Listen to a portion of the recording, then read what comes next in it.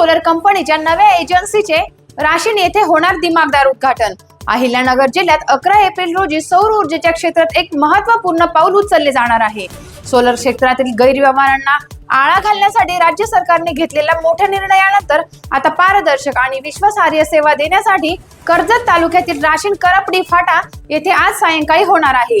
या एजन्सीसाठी सागर जगताप यांची निवड करण्यात आली असून त्यांच्या माध्यमातून शेतकऱ्यांना आणि नागरिकांना शासनाच्या विविध सौर योजनांचा लाभ मिळणार आहे। मुख्यमंत्री सौर कृषी पंप योजना तसेच पीएम कुसुम योजनेअंतर्गत शेतकऱ्यांना सौर पंप उपलब्ध करून देण्यात येणार आहेत। याशिवाय पीएम सूर्यघरी योजनेतून घरांवर सौर प्रकल्प बनवण्यासाठी 40 ते 70% पर्यंत अनुदान मिळणार आहे। 11 एप्रिल पासून या सेवांची अधिकृत कामकाज सुरू होणार असून या उपक्रमामुळे परिसरातील शेतकरी आणि नागरिकांना मोठा दिलासा मिळणार आहे। अधिक माहितीसाठी संपर्क साधा 98 60 63 88 23।